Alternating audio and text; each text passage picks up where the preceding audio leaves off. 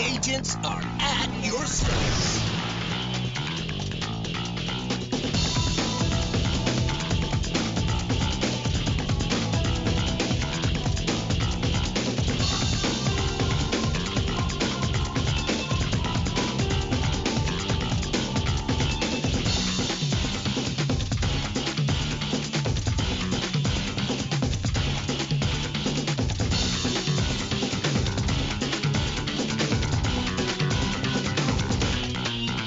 G'day folks and welcome to the Vookcast, Australia's Nintendo podcast. My name's Oliver Brandt and in this episode I'm joined by Angelo Valdivia, Hey paisanos.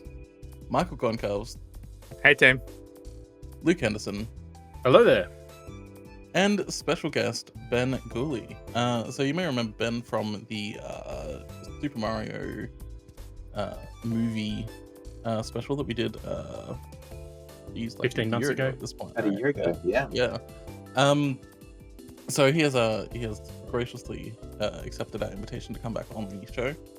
Ben, tell us about what you've been up to and just new information that you have for us about Super Mario. Yeah, well, thanks so much for the invitation back. The Super Mario Brothers, the 1993 live-action movie, made its 4K debut about this time last year from Umbrella Entertainment here in Australia, and it sold pretty well. In fact, the large box sets with the some of the materials sold out before release. So the company actually made a reprint version, which did omit some of the bonuses, but the majority of the stuff, including the printed content, was still included. So that's actually available now, if there are still fans that haven't picked up the release. But had some good reviews around the world for that, and it's still the only 4K release of the film. So but I'm still in the universe. We've with the Super Mario Brothers archive team of Ryan Hoss and Stephen Applebaum, we've actually started a book project. So it's going to be a making of art book, which will have many hundreds of unseen production images and artwork. So if you're a fan of the movie, it's going to be a great project. So hopefully towards the end of the year or early in 2026, that'll be in print and available to purchase. Nice. I'm sure we'll probably invite you back on when there's more to talk about on that front. Look, I am a glutton for punishment, so happy to come back. So I also understand that you went to the Nintendo Museum shortly after it opened. Tell us a little bit about that. I did. I was. We had a long planned trip to Japan, and luckily the museum opened at the same time that we had booked our trip, and unfortunately I didn't get tickets through the lottery, so I was devastated, thinking that was my chance and I was going to have to wait another few more years to go. But when they opened up the excess tickets, I was able to jump on within minutes and secure tickets when we're in Kyoto. So yeah, look, amazing. If you're a fan, and obviously if you're listening to this, you probably are. A great trip down memory lane. I was a little bit disappointed that perhaps there wasn't as much of a peek behind the curtain, which I think is a mild complaint that's been made elsewhere. A lot of the museum is literally just examples of packaging and consoles in the different variations, which is amazing to see, and it's it brings a lot of joy to see games that you might not have and artwork that you might have forgotten about. So look, it's an absolute amazing trek. But of course there's a gift shop, and it's all exclusive merch, and it's just every logo for every console in variations of mugs and cups and t-shirts, and you've got to get it all right. I was going to ask, how many mugs and cups did you get? Look, actually, I've said that I didn't get any mugs. I had to make, there were hard choices that needed to be made.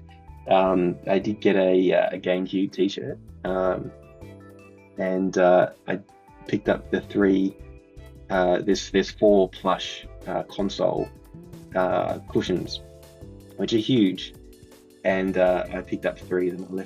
I had to leave the Wii controller cushion because they're just so big, and they don't condense down in luggage. So yeah, I bought all those back, and yeah, looking forward to going back and getting everything I missed out on. Cool. Would you say that it's worth going to Japan solely for the museum? Like, if you're a mega Nintendo fan, do you think it's worth making the trek solely for that, or were there other? I don't think so. I mean, Japan is, if for those that haven't been, it is an absolutely amazing place. It's my favorite place on earth. So if you are into gaming culture, there's just so many different things to see that will interest you. So whilst I wouldn't say go specifically for that, you can do a lot. And there's obviously the Nintendo stores in Tokyo, Kyoto, and there's the Super Nintendo world in Universal Studios. So there's just so much Nintendo based culture in Japan that if you book a trip, you're not going to be disappointed. Yeah, sure. And before we get into the main episode, tell us your thoughts on the Switch 2, which was recently announced and revealed, and we're going to see a lot more of it in a couple months. Yeah, look, it's been a long time coming. They've really pushed that console, the current Switch, to the absolute limits. And I'm surprised that, because this is year 8, right? Yeah. We're in March. We're in year 8 now. We enter year 9 in March. Yeah, right. That's insane. But it still continues to deliver. But yeah, it's very much time now. I'm surprised that they didn't try to push it out for Christmas last year. Very much looking forward to new hardware. It's always very exciting. I'm really glad that they've kept the same form factor and promise of backwards compatibility, because there's still a lot of games that I need to finish. Bring it on. Bring it on. Yeah, we're all pretty excited to see what they've got cooking. So we've got a great episode lined up for you. So we'll talk a little bit about the Switch 2 at some point throughout this as well, because there are some developments on that front. But we've got a few new game announcements as well, and we're doing a big Nintendo DS celebration. Anyone watching the video version of this will see that Luke has put together a fantastic Nintendo DS themed overlay for all of us. It looks absolutely wonderful, so thank you, Luke, for that. Look how happy he is. He is very happy. I'm excited, man. Oh my god. Alrighty. But before we get to that, Before we get to that, do you want to know something really funny about this overlay? Because I was like, oh, the DS video needs to be vertical because that's what it is. I completely forgot about the stories, how I show the stories in the video window. So if I display the stories now, it just gets like the sliver of the page and nothing else. And just as Ollie went, welcome to the Vookcast, I went. So yeah, so no stories on the video this week, unfortunately. That's fine. We'll make do. It's worth it for the layout, which is very good. So as is tradition, we are recording just days before a major Nintendo presentation. This always happens. We'll get our recording plans in place, and then Nintendo will just announce something or like we can't really justify waiting a week or two to talk about something because it'll be like right after when we're due to record an episode. So yeah, there's a Pokemon Presents coming next week, which will happen on.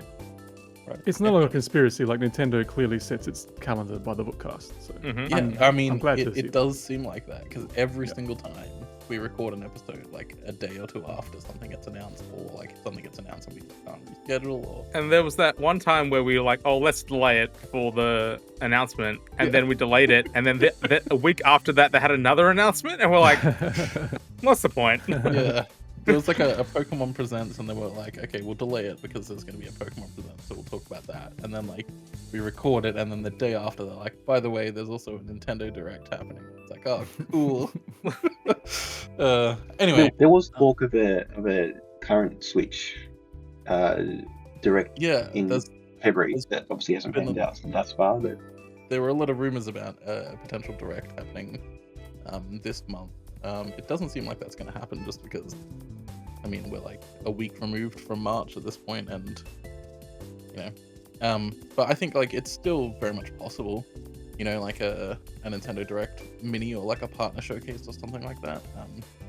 Well, there's so little that's announced for the rest of the year to say the current console, right? So they have to make clear, and it's not as if they're going to drop the current Switch once Switch 2 releases. May, June, whenever it does. So there has to be one soon, surely. Yeah. I know Michael kind of cocked his head there for a second, but like, I think Nintendo's got a sort of a history of just shooting its old console in the head as soon as the new one comes out. So I guess we'll see. They tried to support the 3DS for like a year afterwards. It was super low effort, like ports and remasters, but a lot of Kirby. But there's always a lot of Kirby. I feel like that was begrudgingly done though because of the install base, not because they wanted to. Yeah, but I mean the install base on the Switch is like twice as big, so. Exactly. Yeah, it is a big install base. That's very true. Yeah, so there is a Pokemon Presents happening on Pokemon Day, except it actually won't be Pokemon Day for most of the country in Australia. Just the good part. Yeah, just the good part. WA. So yeah, it'll be at 1 a.m. on the 28th of February, Australian Eastern Daylight Time. Which we'll have a Pokemon Present and announce probably like 20 minutes of mobile game updates and then like a 30-second trailer for the upcoming game. Are you excited for this new one Pokemon to join this game that's been out for 5 years you've never played? Well, guess what? Cafe remix update. Yes, they will be. That's the problem. They will be very excited for that. Yeah, I know. But yeah, so that is happening. We're likely to get some kind of update on Pokemon Legends ZA because that's coming out at some point this year, and we've seen literally nothing. We need to get an update on it because the only thing we've seen from it is that weird wireframed rendering of the location, and like they're like, "Oh, this is our new game," and it's like, "You sure this isn't some 90s that was CD-ROM?" Pokemon Day last year, so yeah, it's just literally 12 months without any update. Which is wild. But like given the shocking state that Pokemon Scarlet and Violet launched in, I'm not surprised that they are not showing off anything and taking a little bit longer to develop this one. So, that is I'm true. Not gonna lie. If the next Pokemon games come out and they run really well, I'm actually probably going to be a little bit disappointed. But that is Nintendo. That is the Pokemon game MO. Usually they'll announce the game. The gameplay looks choppy as hell. And then, the next time we see it, like 4 months later, it's somewhat better. They always have that cadence. Never good. No, never good. But, improved. Never good, but better. Yeah. So, yeah, it's interesting. Yeah. That's pretty much all that we know about. There's likely to be other stuff, but who knows what it is. I'm just hoping for, they announced season 2 of Pokemon Concierge. Well, that's the thing. So in Japan, at least Japan, I know for certain, the Pokemon Concierge is going on YouTube for like a month in celebration of Pokemon Day. It's like, you wouldn't release that off Netflix just for the sake of it. You're doing that for a reason. So a teaser for season 2 would make sense. Yeah, they did announce that more episodes were in production, so I think Yeah, we've known it's coming, but that's what I'm saying. Like a teaser trailer for the second season. I don't know if you can call it a season, the second batch, because they're not really super long. But the second batch, I would expect that at this time. Angelo, I know you're a big Pokemon head, biggest Pokemon fan in this. Cool. Tell us, what are you looking forward to in Pokemon Day? Pokemon Presents. Just stuff that isn't Pokemon games, to be honest. I've just been super burnt out by that.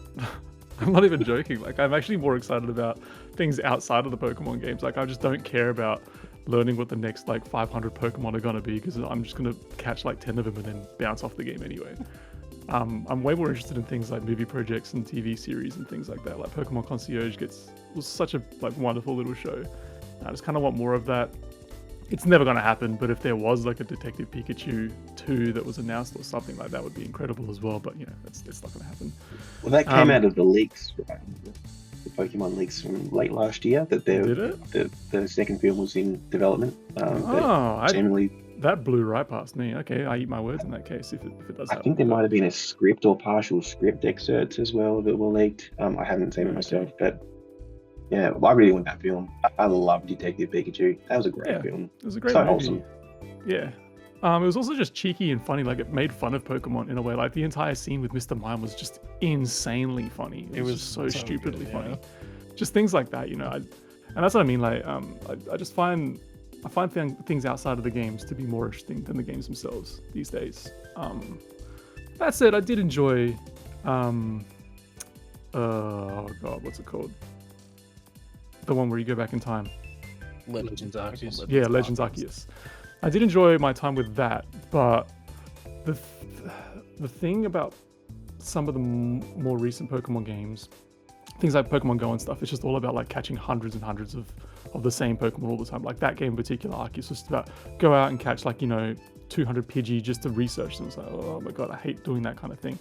Like, I am much more interested in just going on an adventure, beating the gym leaders, making some new friends, putting together a good squad, then beating the Elite Four or whatever. Like, that's fun. But the more recent entries into that part of the series, they just overcomplicate things a bit too much. There are way too many Pokemon to learn. They swap in and out Pokemon.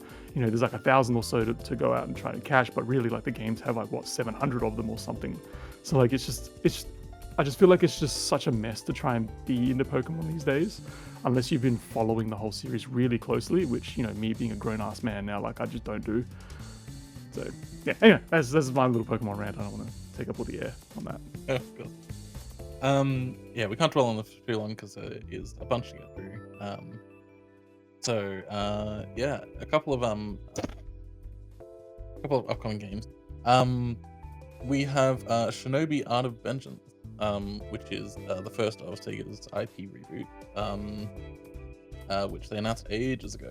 But it's now, they have shown off Shinobi Art of Vengeance, which is being developed by the same team who did Streets of Rage 4. And Wonder Boy 3: The Dragon's Trap. And Wonder Boy 3: The Dragon's Trap. I was just Thank you. So yeah, it's coming out in August for Switch and basically everything else as well. Looks quite good.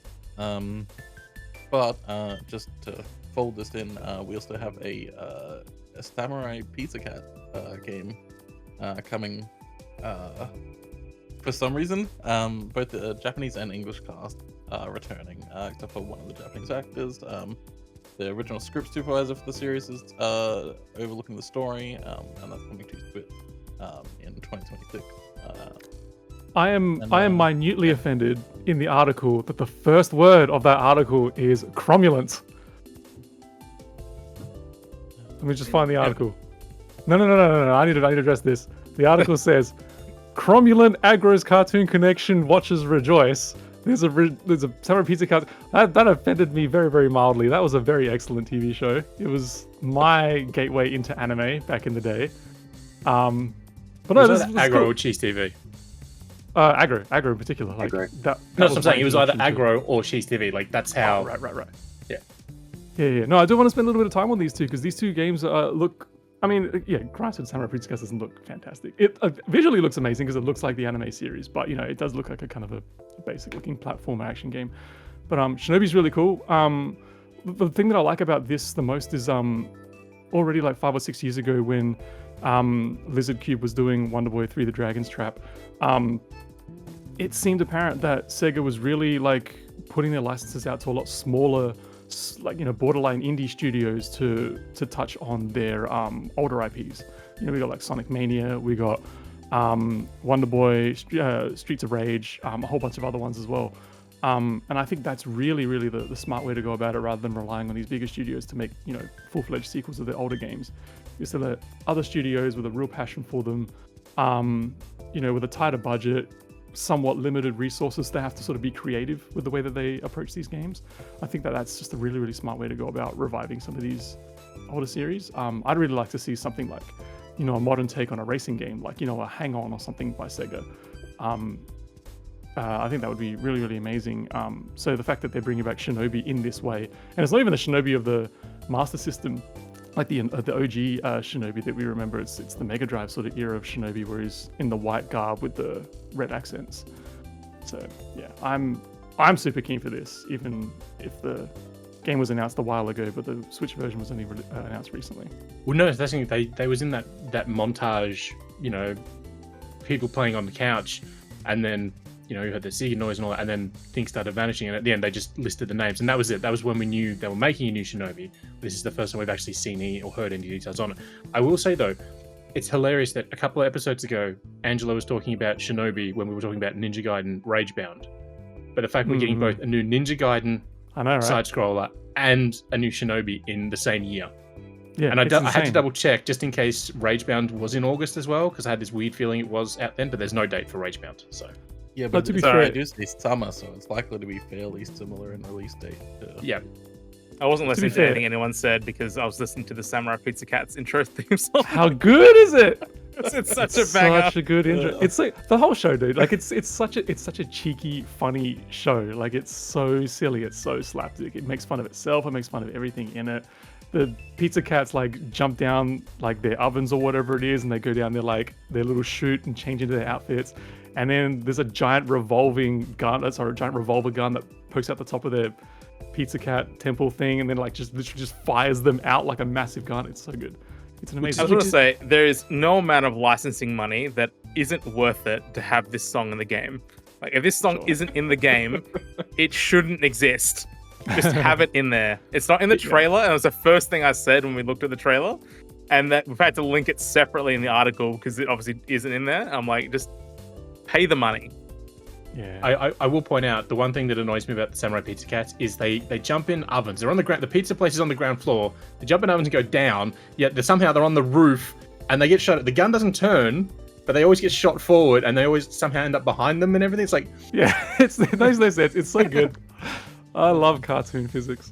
I will say that I did actually. I was looking into the only actual game that they've had, and that was by Tecmo back in the 80s, back in the early 90s for NES. And that looks like a fun game. And it also had the character swap. So this seems to be like the evolution of that, but, you know, really embracing the what made the cartoon so fun. Yeah. Ben, what do you think of Shinobi or Pizza Cats? Yeah, look, I don't have any historical love for Shinobi. It wasn't a game I played when I was younger or as an adult, but I really love the Lizard Cube's Streets of Rage 4. That was a great update of the originals. So yeah, I'll definitely give it a go. But yeah, on Samurai Pizza Cats, yeah, same memories as a kid on Eggro's Cartoon Connection.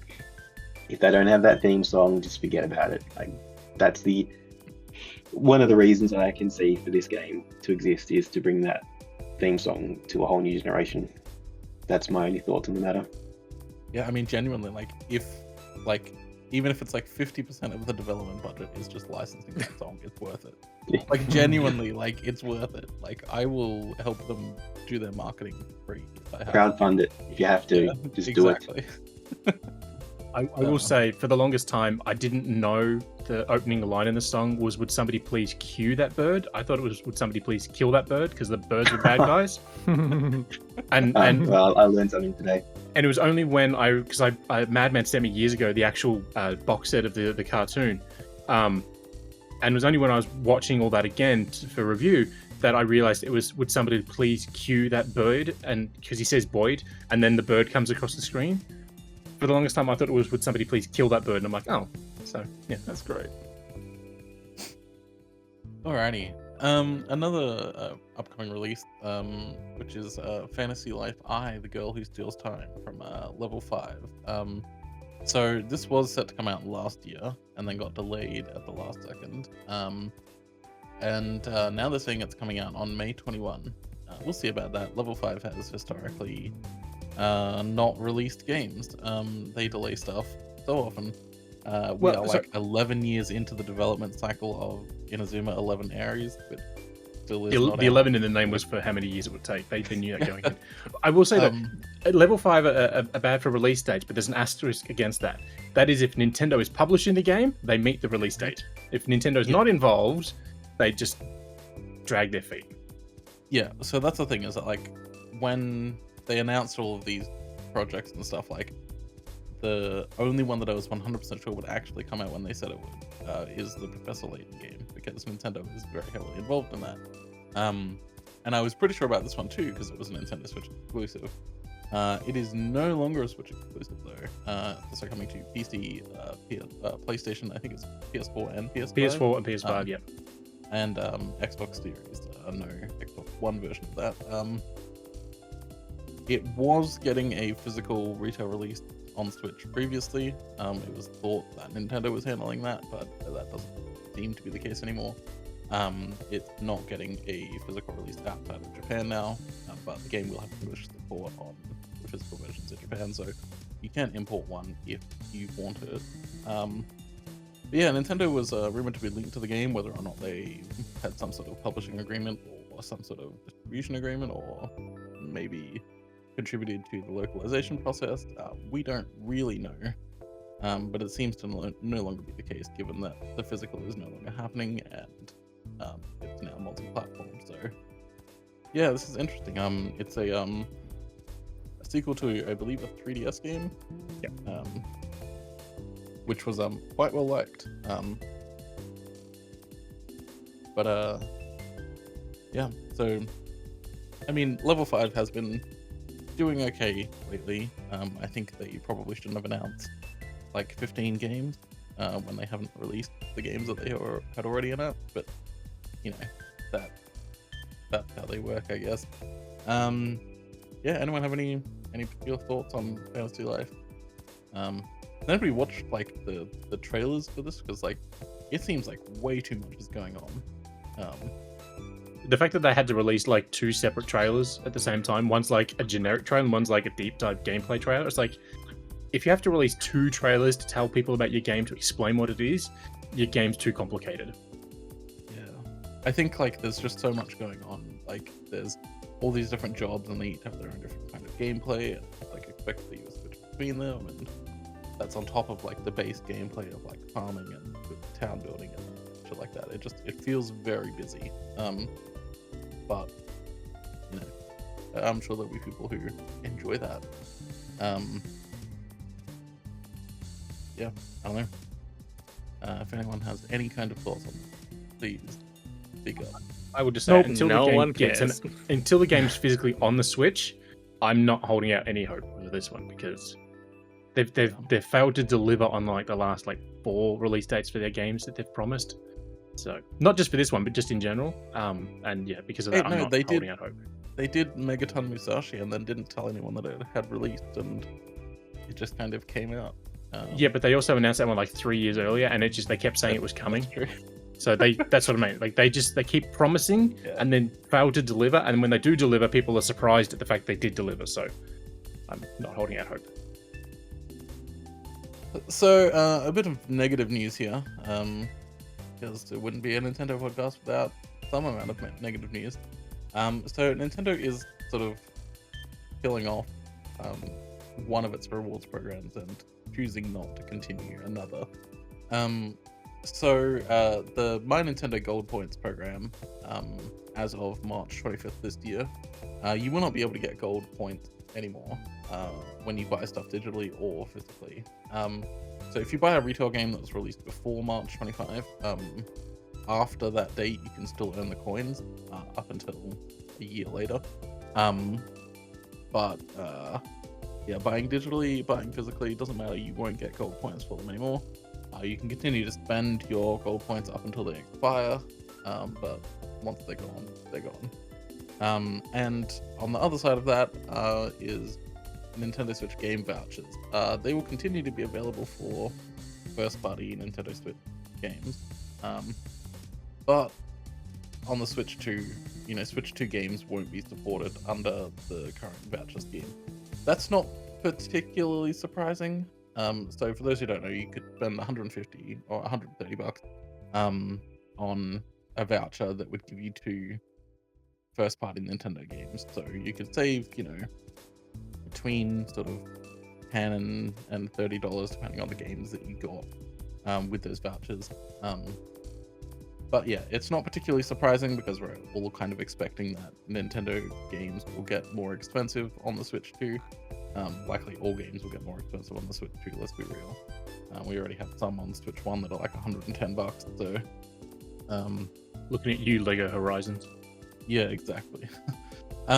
So yeah, it does seem like Nintendo is sort of wrapping up its rewards programs and loyalty schemes for the Nintendo Switch. Hopefully, it will be replaced by something similar on Switch 2, but there's really no guarantee that it will be, so yeah.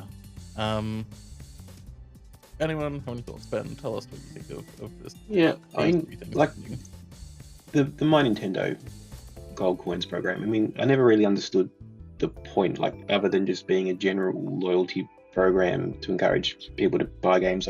I did read that it was meant to encourage people to buy games digitally, but Yeah, then you got the gold coins for the physical release anyway, so that argument never. So you got like 5% cashback if you essentially 5% cashback if you bought digitally, or 1% cashback if you bought physically. Right. Okay. Okay. So, yeah. Yeah. I mean, any time when there's a loyalty program that's taken away, that's always a bit of a bummer. I don't know. I suspect Nintendo were just like, we got them. Like, why are we giving free money away? We like money. That's the only reason I can think of to withdraw it. This was almost my literal post about it. I was like, why give money away when you can not give money away? Like, it's just as simple as that. I think it's one of those things. Exactly right. Like, if games are going to get more expensive, then people will get more money back from their purchases if they keep the gold coin scheme the same, and therefore, like, that means they're losing whatever, more money. They're giving away more money with every Switch 2 game that people purchase. So, like, again, it's one of those things where it's like, I understand why they're doing it because corporation's going to corporate, but it's like, it is a bummer. Yeah. Because like, yeah, I've spent a lot of gold coins on like things like games that I wouldn't otherwise buy. It's like, well, I've got like $9 in gold coins. Like, that brings it to a point where like, yeah, I can spend 25 bucks when it was previously 34.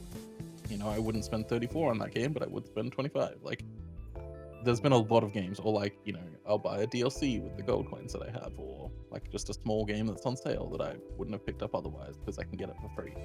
So, yeah, it is a bit of a bummer. On the game voucher situation, I can't say I'm terribly surprised, and that reads to me, yeah, as you mentioned, code for games are going to be more expensive in the future. But look, if you're holding on to some vouchers, there's a good range of first-party games on Switch 1 that you can buy and will be backwards compatible when you move to Switch 2. So, yeah. There is a big upside for the voucher program not carrying over to Switch 2, and that is that we will no longer have to do 10,000 different mathematical calculations when, Kohl's dropped their 15% off Switch eShop gift cards in order to work out, how much money you save if you buy 3 of these and, all that. That was always fun trying to work that stuff out. So, that's an upside for us, but for the consumer, it's not. And the thing is, they could roll out a new version of this program for Switch 2 games, and it just obviously would be more expensive. So I could see them doing something like a year after the launch, but they just obviously want to make it clear now that coming into Switch 2, this won't be a thing, which is fine. And again, I don't know anyone outside of Ollie and maybe Daniel who's actually bought the vouchers. So yeah, Oh, Daniel as in and like the both- Switch Online vouchers, like the yeah. Oh, I bought them. Oh, there you go. Yeah. That's 3 Like people you- I know. When there's a big like first party Nintendo game, I'll buy the vouchers and I'll get like new Super Mario. So I'll get like Super Mario Wonder or something like that, and then I'll have a voucher just in my back pocket for another game that comes out that I might be interested in or something. It's usually how we do it. There you go. Although like that less like I wouldn't buy one for like I Everybody wouldn't want buy to vouchers Switch? and then I wouldn't like get vouchers and then like right now and then like spend one on Xenoblade and just like hope that there's going to be another game, right? Because like Well, Metroid who Prime knows, 4. right? Like Yeah. Metroid Prime 4 may or may not be included in that. I would assume it would be, or like No, it's Pokemon. usually like a game that like, oh no, I'm into this game, but I don't know if I necessarily want it for if I want to get the physical version of it, or if I want just a copy of it on my Switch, or it doesn't matter. My reasoning is my own lizard brain way of reasoning it, but like I usually just have the voucher there in my back pocket. Like sometimes, like once just on a whim, I was like, oh, I've got a voucher, sure, I'll get Hyrule Warriors, whatever, and never play it. So that's in my backlog now that I'll probably never play. That I spent fake $70 That's on. honestly the biggest problem with the vouchers is that like having a voucher that essentially just gives me a game without having to like log in or like get my credit card details out or anything like that. It's just like I'm just gonna buy shit that I don't want and don't need and I'm never gonna play. Like I have like the Hyrule Warriors games, I've never opened either of them. Let me show you that also happens without vouchers. That's true. I mean, I have like another code recollection that I bought physically and just haven't ever even put it in my Switch. So Yeah, it's the Steam library, the humble bundle sale problem, right? On the issue of game prices in general, no one likes to pay more for, no one likes to give big corporations more money than they think they deserve. What I would say though is that game prices have been, particularly here in Australia, have been sort of capped at obviously for Switch, $70 is sort of the norm for a first party title. In terms of Xbox or PlayStation games, it's typically been $100, edging up to 110, 120. But it has been $100 for a brand new release for a very long time. We're talking about it's 2 decades. But historically, again here in Australia, if we go back to like the Super Nintendo era, there were first and third party games that were releasing for 150, 160 Australian dollars, back in 92, 93. I bought And if Donkey we were- Kong Country on Super Nintendo for $135. Yeah, right. And so adjusted for inflation, that would be like 200, 210 Yeah. Oh, more dollars than now. that. I remember when more than double. at Street this point. Fighter 2 Turbo, 3 Turbo on SNES, and that was like $169 when it first came out, and that'd be like upwards of almost $300. So we've been pretty lucky for a long time that game prices have been, and I get that there are more people playing games now, and so the pool of ability to make sales is probably depressing price increases. But we've had it pretty good for a long time. And, games are getting more expensive to develop. So Yeah, I think looking at all the factors over the past 40 years of gaming, games are cheaper than they've ever been. Just it doesn't feel like it. Like games are so expensive. I don't think anyone's gonna argue that $120 isn't a lot of money, especially to a lot of people. That's totally fine. But they are definitely cheaper than they used to be. If that, it's just is it a normalized enough price for the majority of people? yeah, but I also think with most forms of entertainment, the prices have gone down over time, right? Like it's cheaper than ever to see a movie. It's cheaper than ever. Not the things that I enjoy, let me tell you that. No. But it's the price of most digital entertainment has gone down. So we would expect to see the same with games eventually. But developing a game obviously has gotten more expensive over time. It needn't necessarily have been. Like I think Nintendo is still like operating to budget that like major AAA developers were working with 15 years ago, which is honestly wild. Like, because we can be 100% sure that like Tears of the Kingdom was like made with a fraction of the budget of like, you know, the Horizon, Call of Duty, right? Like Call of Duty, all of those things, but like still just like blows it out of the water technically. So yeah, I feel like the gaming industry is in the same spot where the movie industry is now, where you're either making or trying to make $1 billion, right? Or it's an indie film. Yeah. And it's like, that's it. And there's nothing in between anymore. And it's the same in gaming. You're either trying to be the next GTA 6 or you're an indie developer. And it's really shit because that middle road of like films and games are amazing. They're so good, but no one has the capability to make them anymore. I will argue Nintendo's probably the outlier in the games industry in that they do make a lot of AA games, if you will, like Princess Peach Showtime. Definitely not a game that was ever going to be AAA, never going to make $100 billion in sales or anything like that.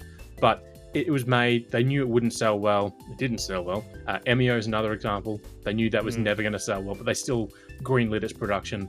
I hate using the A terms now, ever since Ubisoft fucked it with the 4A like thing. I'm just like, let's just get rid of it. I hate it so much. Yeah. I just stick with AAA for, you know, top tier gaming, and then AA and then indie. That's it. It's like there was that showcase that was like, oh, we're the AAA showcase. It's like, no, you're not. Stop trying to make up new terms. Yeah, I mean, speaking of game prices, I am spending $100 to pay. So fucking dumb. I'm spending $100 on the Yu-Gi-Oh! Early Days collection, which is no joke, a fucking series of like, it's 8 ROMs that they put on a cartridge with an emulator, a Game Boy and Game Boy Advance emulator. And I'm paying $100 for it. Now it does come, because I'm buying it physically, it does come with an anniversary card.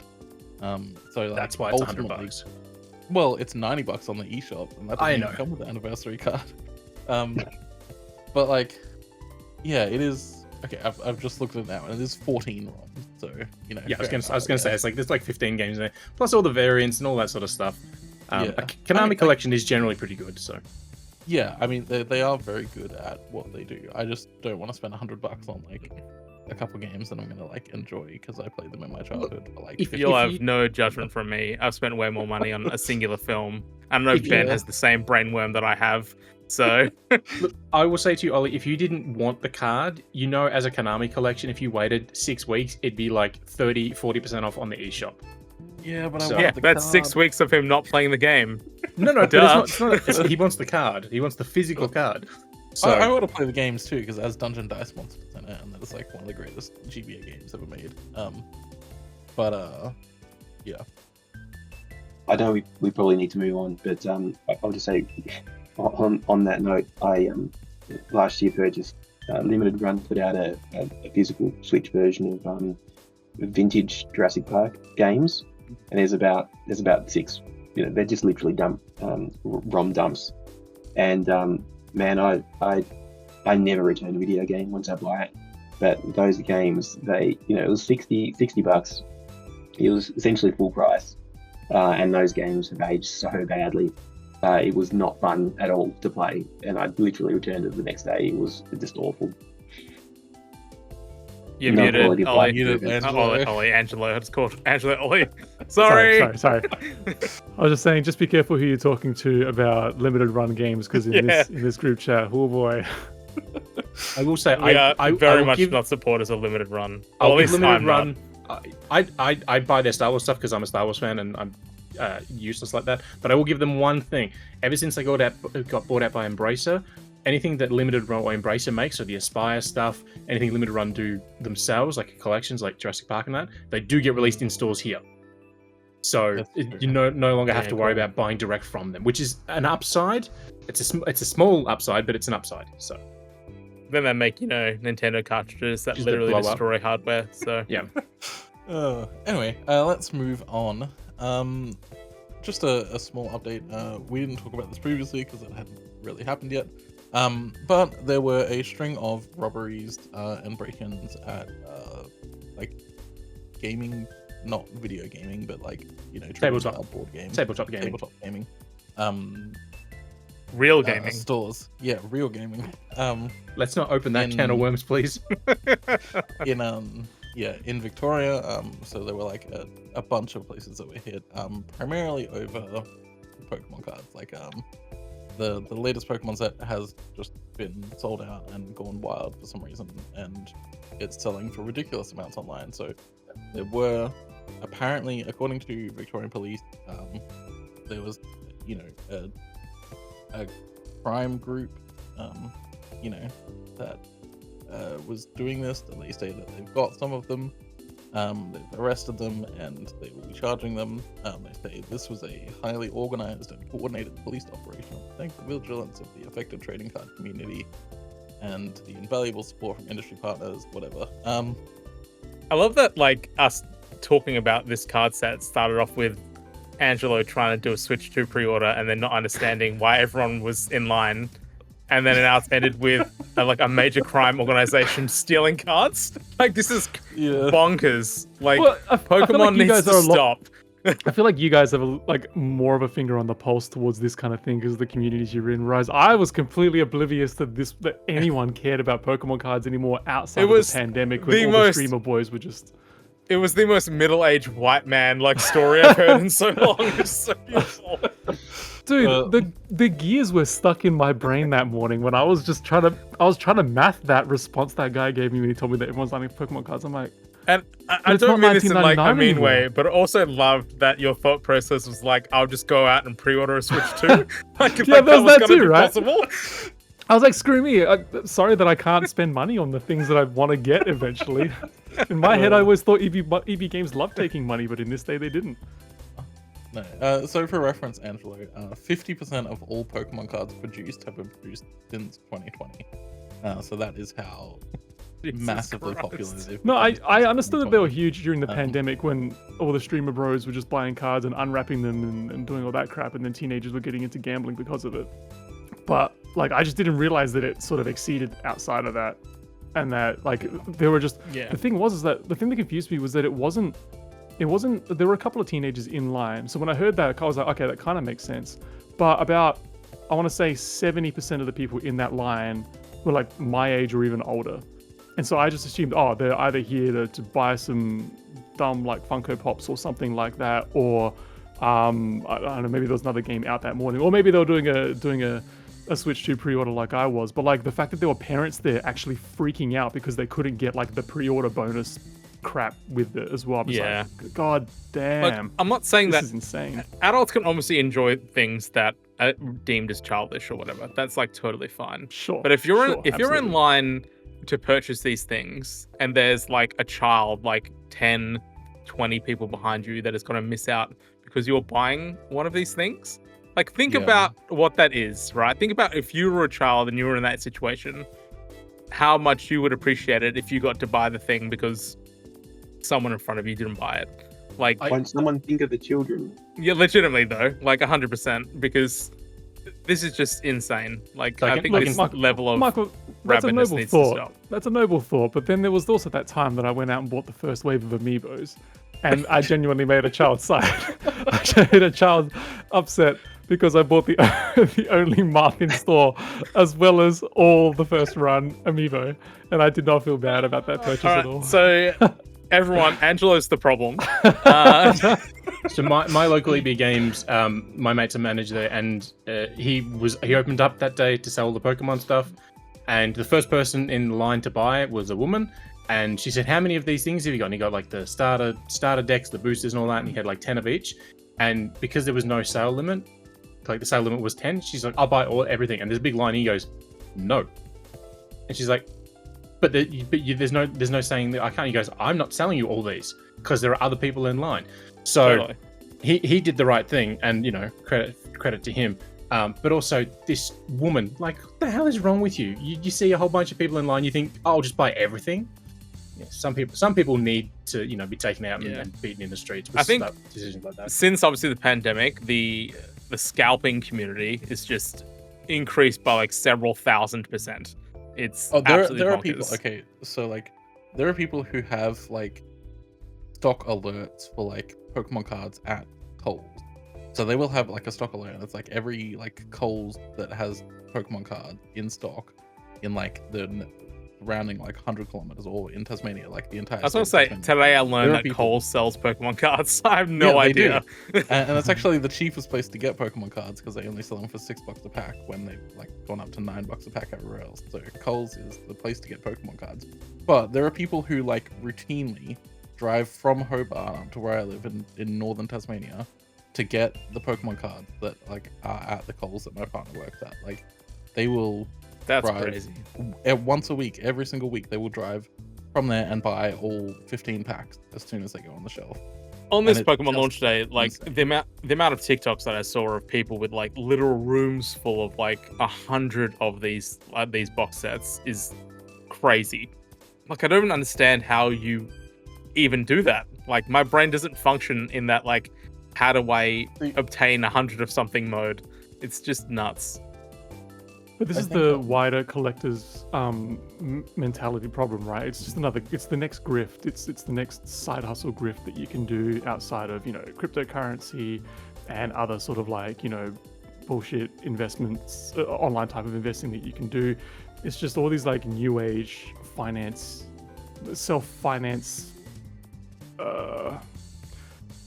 personalities who think that, the next way to make big money is to buy this new fancy thing or this new collectible thing and then like, get the fancy shiny version of it. Then you can hawk it for like $1,000 and then just keep that process going. That's just kind of what it is. It's just the people who have the money sink so much money into it, and then the people who aspire to having that much money sink all of their money into it, and they're the ones who come out short. So it's just the next big pyramid scheme, basically. Capitalism. So Ben, how many children have you stolen Pokemon cards from? Or Amiibo. Look, no children have died for my collection. Whoa. Wow. We're not talking about killing kids. We're just talking about breaking their dreams, dude. Let's not get too dark. If anyone's watching the video podcast and can see the background of Ben's room that he's in, I want to say that I think that is a pure lie. Many children have died. That's amazing.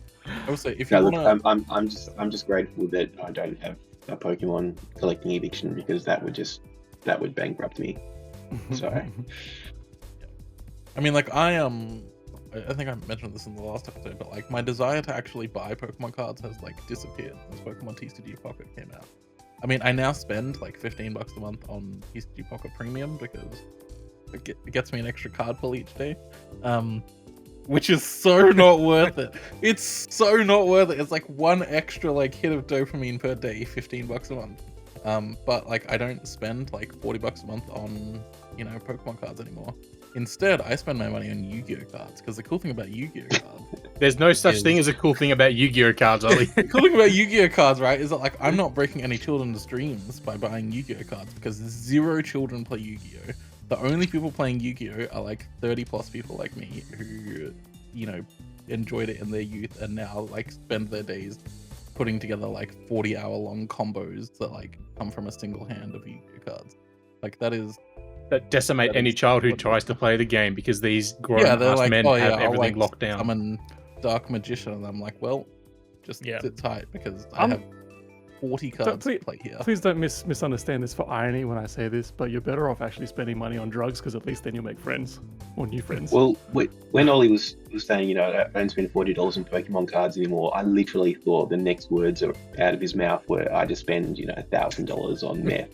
Now, like legitimately, you'll actually be forced to go out of the house and meet new people to do that.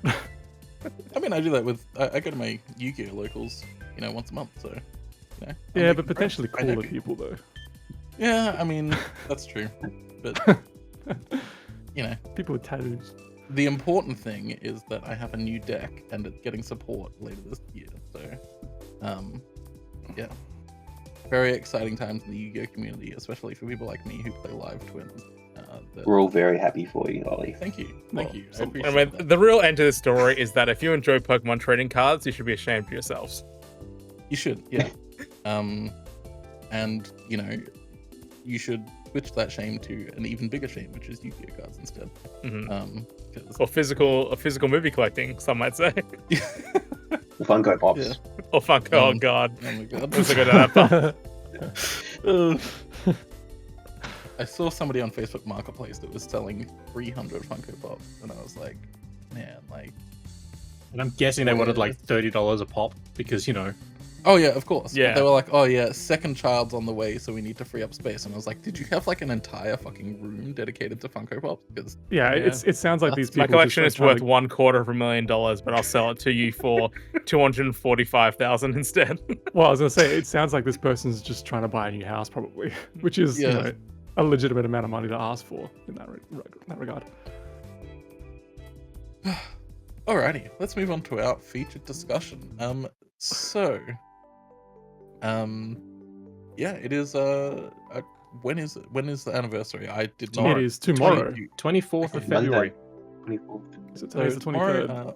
or today, depending on how quickly Luke gets this episode out. It'll be out tomorrow. But I'll have it ready to go tomorrow. But, you know, it depends on Ollie getting the words and Vook's getting the uploads done. It'll be out on the anniversary. It's the 20th anniversary of the DS somewhere, right? So yeah, it is the 20th anniversary of the Nintendo DS. Nintendo's best-selling console. I mean, the best-selling console. Period. Oh, hang on, is it still? Because remember, PlayStation found some 5 million extra console sales. Oh well, yeah. I mean, who knows? Yeah, well, that's to prevent the Switch from being the highest selling console, right? That was so weird. I I'm sure don't know they'll find what- 5 million more. Yeah, I don't know what Sony was expecting when they announced that. Like, everyone would be like, oh, yes, of course, Sony found an extra 5 million units. Phew! It's like we spent PlayStation.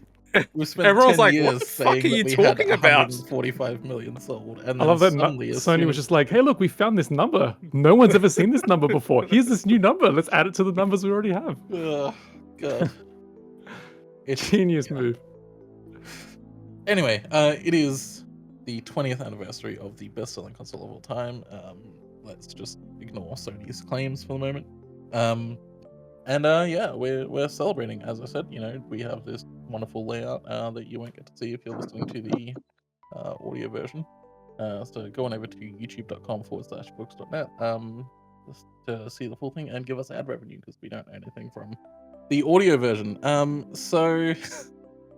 Yeah, we thought we would take a look at the Nintendo DS and our favorite games from that, and yeah, just talk about the impact that it had in general in the industry, because the Nintendo DS was kind of a big deal. Well, I've got a write up here that I can start us off if you like.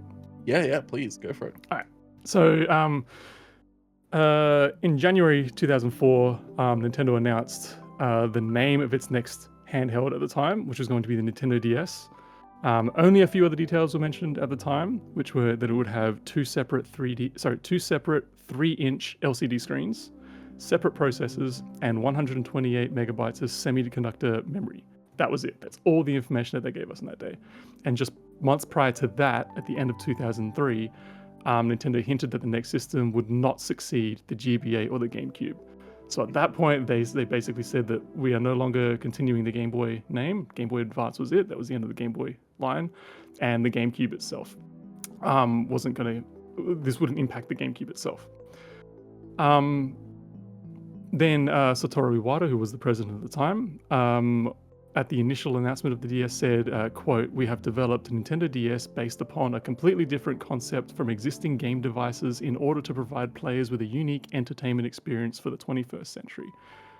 And while in some regards it was slightly underpowered to what we might expect from a new next generation console, handheld or otherwise, in other regards it was like absolutely forward thinking in that what we got was completely different to what anyone was really expecting, but it still had hints of that sort of Nintendo innovation. The Nintendo DS was a major step towards innovative technology to provide new gaming experience and shed its historically conservative image.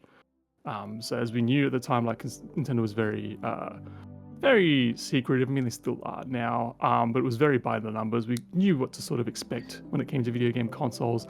The next game console would just be an iteration of what we already had. So thinking about the Game Boy Advance, we just expected it to be almost like a handheld N64, going from the Super Nintendo to N64. Same thing with Game Boy Advance to whatever was coming next. But the NDS ended up completely blowing everything out of the water.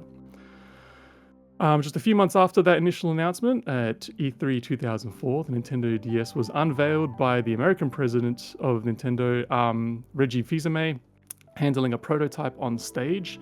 He went on to say the design and name of the system would change by launch, but it more or less would just stay the same, ultimately. So the design that was unveiled was the clamshell design reminiscent of some Game & Watch devices in the 1980s, which was absolutely, just confused everyone. Everyone was just like, how the hell do we play a game system with 2 screens? This makes absolutely no sense.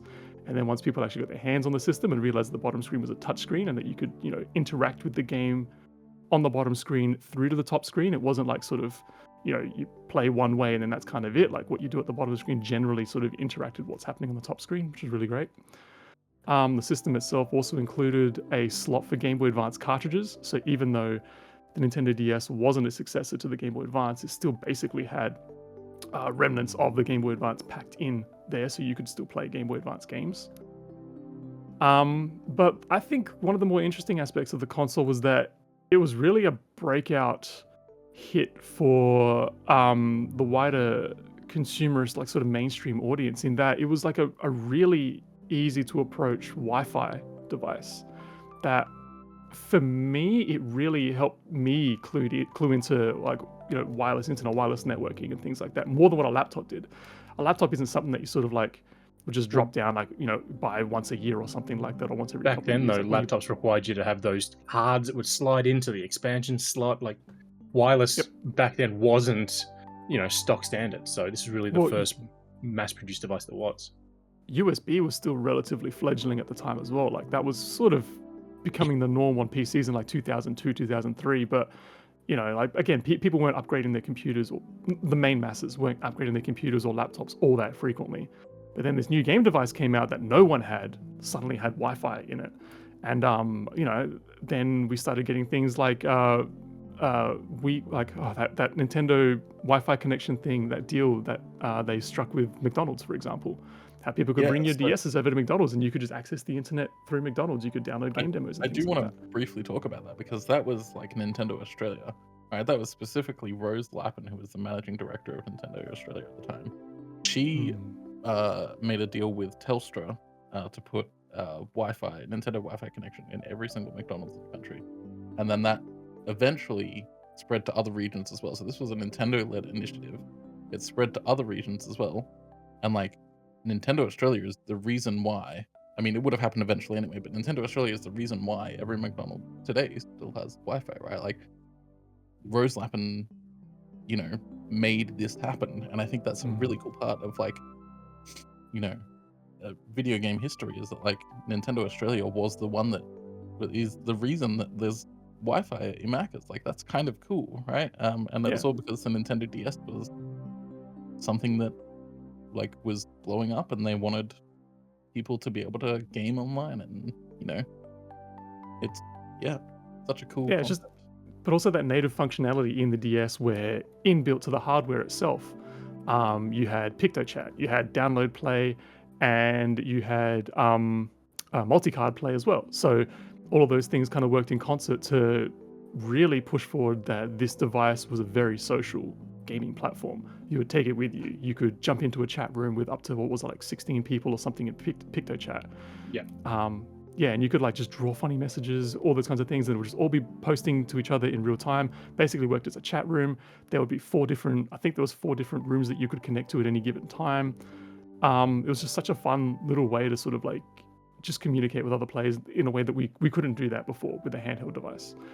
And then there was download play, where you could literally just use your system to download a multiplayer version from someone else's cartridge. For example, Mario Kart, how one person would have Mario Kart and then 4 people could download that one copy, 3 other people could download that one multiplayer version from that original person with the kart, and 4 of you could play Mario Kart, without issue, except, the other players were relegated to playing as Shy Guys, but you still got to play multiplayer Mario Kart that way. Or even Tetris DS, you could have up to, I think it was 10 people all download from one cart, and you could all play Tetris DS together in a competitive... A story for that for Angelo. There was a guy that I worked with. Him and his mates every year, without fail, would go on a road trip. Just 4 or 5 days, they'd drive somewhere, spend the weekend, right? He came back after this trip one year, and he wanted to tell me because he knew I was a Nintendo fan. He told me he was in a car and they were playing Mario Kart together with the group of people that were in the other car through the Wi-Fi connection as they were driving down the road. That's really cool. That's funny. Hopefully the driver wasn't though. No, the drivers of both cars were not playing. But the drivers are playing IRL Mario Kart. Yeah, that's true. The size of those They did banana some real peels, man. there's real pimp my ride stuff. Play Mario Kart while you play Mario Kart. But yeah, so he was doing that, and it stuck with me because it's such a cool thing to do. Yeah. But ultimately, the DS would go on to finally release in North America first, which was quite different at the time. It released in North America first on November 24, 2004. Then it came to Japan on December 2nd, 2004. It didn't come out in Australia until February 24, 2005. And then in Europe on March 11, 2005. So we had staggered releases at that point within a 4 or 5 month time frame. And then, it would go on to sell 154 million units as of 2016, which I think is the most recent numbers that are available on Wikipedia. Yeah, until Nintendo updates them when they find some more sales. Yeah, when they find them.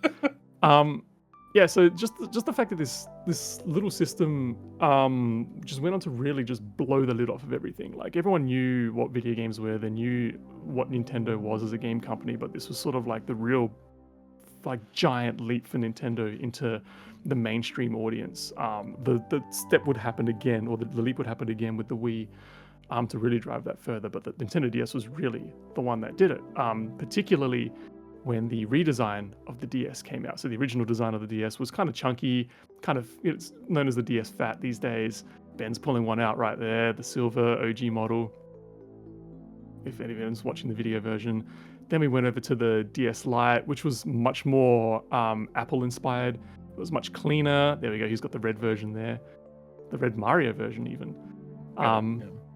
Yep, Luke's got one as well. The original DS Lite came out in a nice white, and I think it was a black option. Was that at the same time, or was it just white? It was a white version. Very pink as well. From memory, am I misremembering? I think that came a little bit later. It was later. Okay, later. Cool. I thought it was the same time.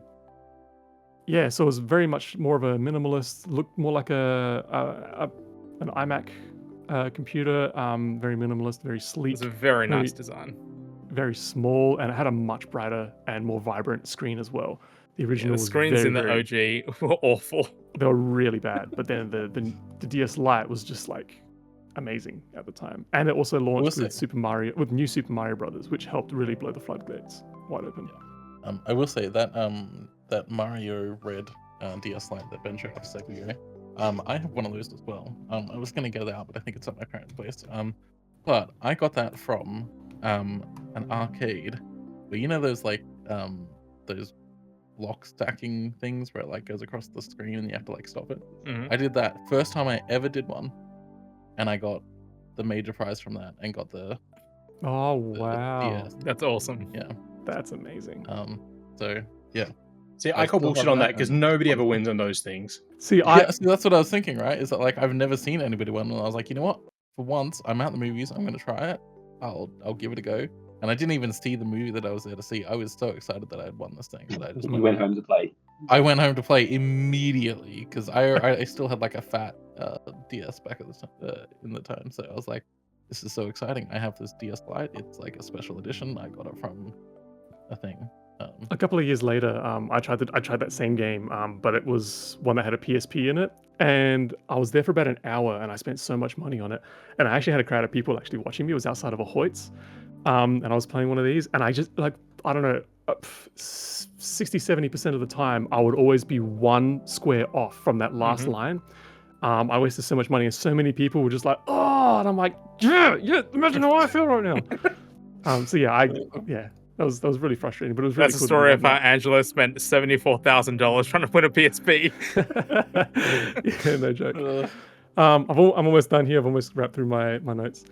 So that was the launch of the DS. In Australia, it launched for $199.95, which adjusted for inflation, that's Australian, which adjusted for inflation is $334 today. And when it launched in Australia, or when it launched worldwide, it had a demo for Metroid Prime Hunters. But in Australia, the launch titles that were available were Asphalt Urban GT, Feel the Magic XYXX, otherwise known as Project Rub in Japan. Yep. Ping Pals, if anyone remembers Ping Pals. That was that weird chat room thing, right? Yep. Yeah. There was Spider-Man 2. There was Sprung, if anyone remembers Sprung.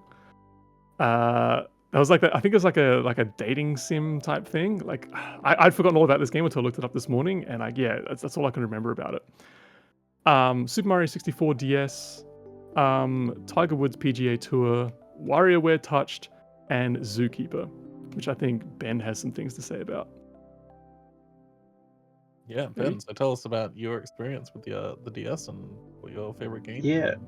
Well, the DS is pretty close to my heart. It's the I think I told this story when I was last on, but as a young child, I had a NES, and then all throughout my teenage years, I didn't have any other console. Not that I'd obviously, kept playing the NES throughout those years. It gathered dust in the garage probably. But I Yeah, never had like another a console. poor like the rest of us. Jeez. Yeah. So I all my teenage years I wasn't a gamer, didn't have any gaming consoles, and I bought an Xbox. I don't know, probably about 2003 maybe. It's a reasonably early one when it came out. So that was my entry back into video games. But then I'd bought a Game Boy Advance, and that sort of got me back into Nintendo ecosystem. But the DS was the first console that I bought on release date, and I remember picking it up on launch day. Bought it from Kmart, and I bought Super Mario 64. I think that was the only game I had on launch day, and I remember exactly where I was. I was standing by a power point as it was charging. I put the 64 DS cartridge in, and I remember there was a point where I think you load the save game or create a new save game, and there were water ripples that went out on the touchscreen, and I just thought that was magic. That was just absolutely, that blew my mind when I wasn't young. I was 2019 when that came out, but I thought that was the coolest thing. And back to what you were saying, Angelo, about DS being a really early one for Wi-Fi technology. We need to acknowledge as well that this was for many people the first touchscreen that they had interacted with. Touchscreens were not ubiquitous like they are now. This was before the iPod Touch. This was before iPhone, before Android phones, and obviously before touchscreens in computers. And that was a game changer for the ability to be able to interact, other than just the forward-facing buttons, and obviously different games utilized in different ways. And I think it took, with the exception of, I think, WarioWare Touch, that was a great early use of the touchscreen capability. I think it did take developers a bit of time to get their heads around it, but yeah, that was huge. I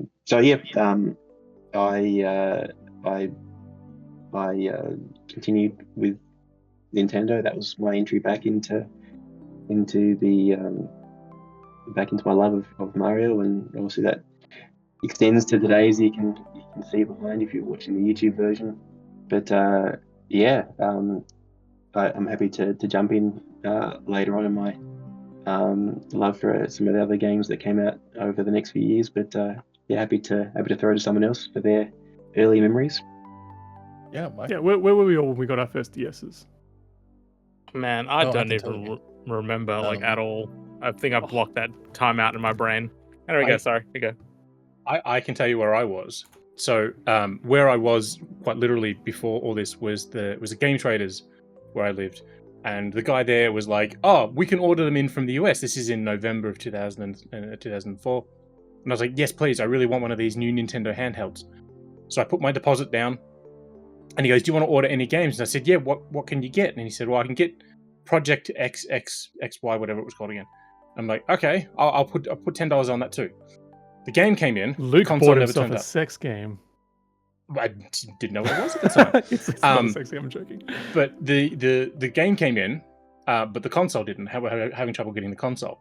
So in the end, he said, "Look, I don't know when we'll get it in." So I got my money back on the console, and I pre-ordered at EB Games, or Electronics Boutique as it was known back then.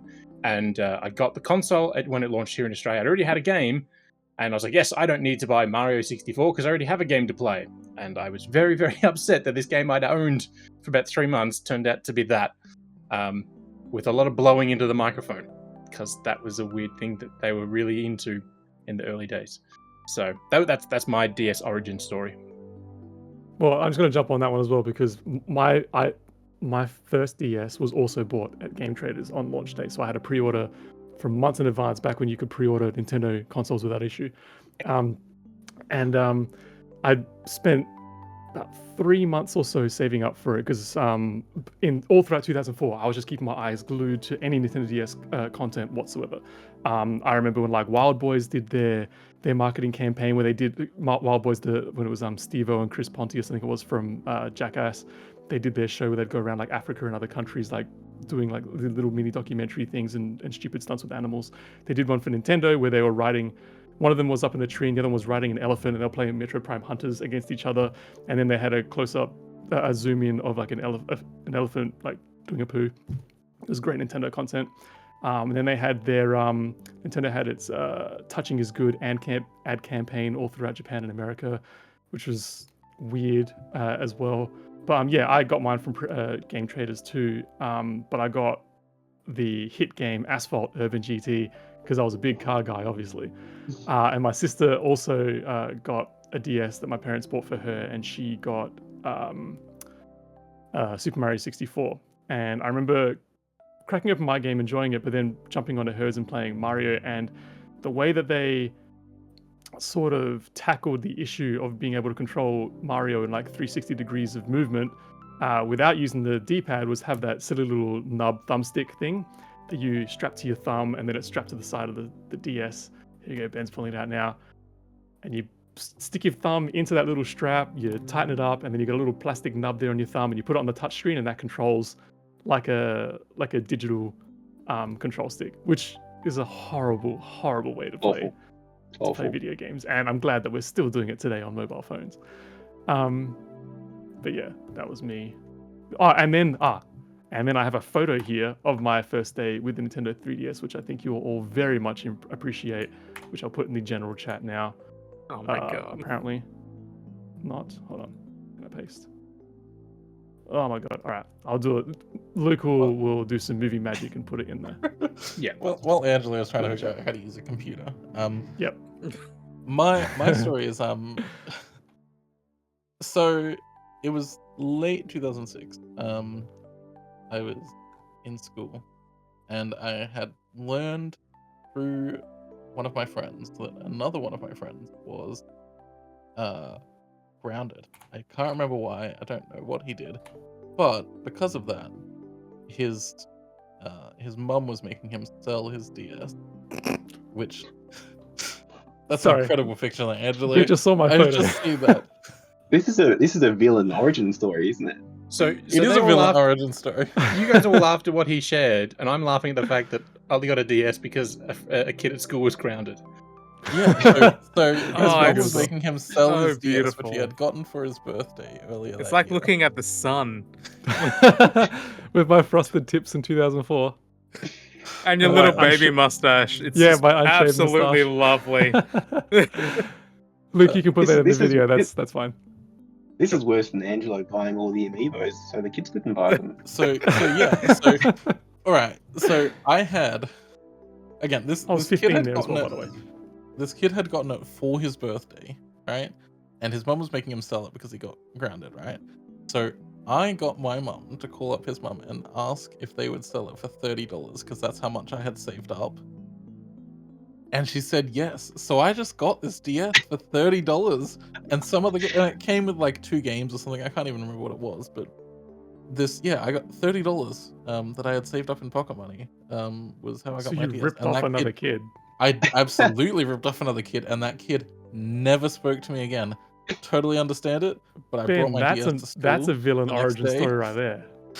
I brought the DS Oh, the to kid school didn't after come I and, got it. slit your throat when you were sleeping or not? Honestly, I would have deserved it, but yeah, I mean, yeah. And then after that, I was like, oh, you know,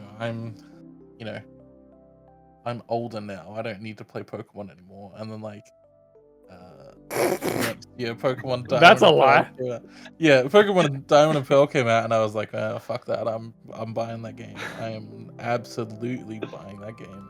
So you were out of the Pokemon bubble, and then you saw this game. I'm like, I was yeah, why out of the not? Pokemon, and then Diamond and Pearl came out, and I was right back in. I was out and they pulled me back in. Yeah. Yeah, And all because I'm happy that I was out after you know, Pokemon Yellow. all because some kid got grounded at my school, and Grounded I enough that his appreciative of mum that. made him sell his stuff. Like, what the hell did I this mean, kid that's do? crazy. It's like, oh, you don't get to have fun stuff anymore, and then I was the one who happened to get it. Like your story is pretty diabolical, but I mean, my story's. I have got a story about my DS as well. This is just as bad. So like that DS there, that's in the picture that you're all looking at. I used to take Your that first to- girlfriend. yeah, my first long-term one, that's for sure. My DS, I would take to school with me pretty frequently to play during lunchtime and things. Because I was a music student, there was a big group of us who stuck around after school a couple of times a week because we'd have rehearsals and things, and we would just kind of stick our bags in the foyer of the music building, and then we go have our rehearsals. About 2 months after having my DS, this DS here in the photo, it actually got stolen out of my backpack, along with another friend of mine's mobile phone that had stolen out of her backpack as well. And I just never got it back. Lost the couple of games that I had with it at the time, and then I just didn't have a DS for like 4 or 5 months after that, until my mum actually got me a new DS for my birthday, and she got me the blue Way to one go, because Mum. it was really great of her. Because And it then was around that Angelo time, I got think it was grounded a couple months later. I had $30. because this was in October of 2005, and it was around that time that they released the blue and the pink DSs, and so I got the blue one. So yeah, and then Metroid Prime Hunters came out not long after that. But then so the DS was the reason. Going back to the Wi-Fi thing, the DS was the reason why that year around Christmas time, with more pocket money that I'd saved up, I got a Wi-Fi router because Mario Kart DS came out, and then I would start playing that online. So yeah, it was definitely my entryway into Wi-Fi gaming. So yeah, but there were all sorts of bangers on this system. I mean, Mario Kart was a huge one. New Super Mario Brothers was a big one. The Metroid Prime Hunters demo, I felt like had quite some mileage on it for a lot of people at the beginning. But like I mentioned before, though, the system went really mainstream once the Brain Age games came out in 2006. Once Nintendo started making a huge push for Brain Age games and more mainstream sort of little like lifestyle apps that people could use in their systems, that absolutely just basically just open up a whole new world and a whole new audience for people to come join the party, basically. Yeah, I think that's probably the point where Nintendo got their mojo back, and they rode that crest, that wave, right through to the the Wii era and then beyond. That was such a great Trojan horse to get a whole new swathe of demographics into gaming. I know that for like my mum, Animal Crossing was huge. She hadn't traditionally been a gamer. She played Super Mario Brothers with me back as a child on the NES, but she wasn't a gamer. I got Animal Crossing for, I think it was Christmas 2005 for her, and she plays Animal Crossing every day to this day. I was going to bring that up after the Brain Age. Like Animal Crossing on DS, Wild World was the second one to come out after Cube, and it's by far people's first introduction to the Animal Crossing series, and it was absolutely massive. And It was again, mine, having that's that for sure. that Wi-Fi connection to do like all the extracurriculars was just amazing. Such a Yeah. fun game. Yeah, I mean, and just touch-friendly games in general on the system really took off. Puzzle games, Professor Layton. Mhm. Nintendogs there was was a a- big one. Nintendogs was huge. Oh, that's right. That Mhm. came out with the new colors at the time, the blue and the pink ones of the DS Fat. It came out around that time too. There was a Ninja Gaiden game there that was entirely touch controlled. That was completely random. Wasn't it? Um, You played that turning the console sideways, right? Yeah, you played it vertically. You played it on one screen like that. We also got I'm just blanking now on another. The two Zelda games that came out that were entirely touch controlled, which was just like foreign for a lot of people. A lot of people either really loved it or just really hated it and thought it was like a really dark spot for Zelda games. Yeah, just the way of just people interacting with games completely differently in this way was just so just innovative and forward thinking for Nintendo to really move away from just pressing buttons all the time and doing it in a relatively unintuitive way and going to touchscreens where you could just literally just point and tap on what you wanted to do. Really opened the floodgates towards smartphones, and then even further when the Wii came out with motion control. Yeah, like It's the honestly peak. so what?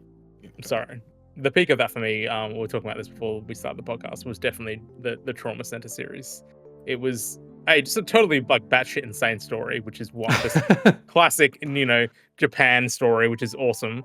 But like it really required speed and precision while using the touchscreen, which a lot of games didn't really need at the time. They were just either tap here or tap there. This was like obviously you're not doing actual surgery, like that's dumb, but it did require you to memorize and do a lot of different functions over like a large period of time, and it was so fun over those first two games. And it's one of the things that I'm like, man, this would be sick if they would be able to do this on Switch 2 with MouseCon, if that's a thing. Yeah, that'd be cool. Well, it's Oh, like- honestly so wild to me that like Nintendo like spent so long doing fantastic things with touchscreens, right? And then like when they got into mobile gaming, they just did none of it, right? Like it's wild to me that there's no like brain age mobile game from Nintendo. Like that should have Yeah. been like priority number one as soon as they got into mobile gaming. If they turned into a Nintendo- subscription, holy crap. Especially Yeah, because like something Nintendo's, like right? Brain Age doesn't require the precision of a stylus. You can just totally use your finger. I think Yeah. some of the stuff that is on the DS does require like stylus precision, which makes mobile gaming a little bit out of reach. Yeah. But like stuff like Brain Age, that's like a slam dunk. I totally agree with you. It makes no sense that they've not done it. I mean, Well, there were there are commercials unofficial like ways to Brain do Age it. and all that. There are unofficial ways to do it very, very simply now with the Delta emulator. Just get right in there and do those things. But like, why is there not like when presented with the opportunity to make a walking game, why did Nintendo be like, yep, Pikmin, that's what we're gonna do, and not Nintendogs, which is the obvious choice? It's just insane that And there we- isn't Nintendogs. There hasn't been a Nintendogs in like 15 years at this point. That's the crazy Yeah. thing to me. We could fill a whole 4-hour podcast on things that Nintendo should have done that they never did. Yeah, I think so 4 yeah, hours let's is focus pretty on the DS. limiting. Yeah, so my fondest memories with the DS were, Pokemon, obviously. Pokemon Diamond and Pearl were fantastic games. Very low, but like very, very good games.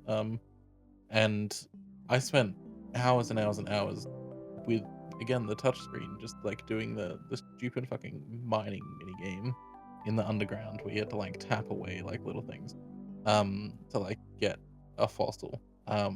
And I just spent hours and hours and hours doing that. In part because I was told by my friend that you could get the fossil from the other game very rarely. So I just because I was playing Pokemon Diamond and I was told, oh, the fossil that is like exclusive to Pearl, you can get that in the underground if you just like very rarely. So I like spent hours and hours and hours doing the little mining thing. You couldn't, it's impossible. But I tried. But like I think there was a lot of like story-based games that like were both innovative in their controls and really interesting story-wise, and that's like, The World Ends With You was a big one for me. I was already a big fan of like Tetsuya Nomura's games, like the Kingdom Hearts series is, obviously up there for me. And the DS had a very good Kingdom Hearts game as well. But The World Ends With You utterly fantastic game, and it had like this just absolutely ridiculous control system where like you would have two characters fighting at the exact same time, one on the top screen and one on the bottom screen. And like on the bottom screen you would like just like do gestures and shit, and then on the top screen you would be like pressing buttons and stuff. So you had to like manage it and like pass this like puck back and forth between the two characters to like make it work. It was ridiculous, but it is genuinely one of the best games I've ever played. So yeah, like the DS I think had just tons of great games. Like Spectrobes, remember Spectrobes? It was like Disney was like trying to be a Pokemon. That was great. Oh, I'm actually intrigued to know Angelo's views as a muso on electroplankton. I only ever played Electroplankton a couple of times, and I really enjoyed it. It was just a cool little sampler, like game. I loved like any like electronic beat making type stuff, and that was such a great little experiment to play around with. The downside to that was that it was just so hard to get your hands on. I only got that by getting on an R4 card like way back in the day, because I just couldn't find it anywhere. I could not like legitimately purchase it. Yeah, I There remember. was also a Korg. Korg. There was a full Korg synthesizer as well on Yeah, the DS there that you was. could get.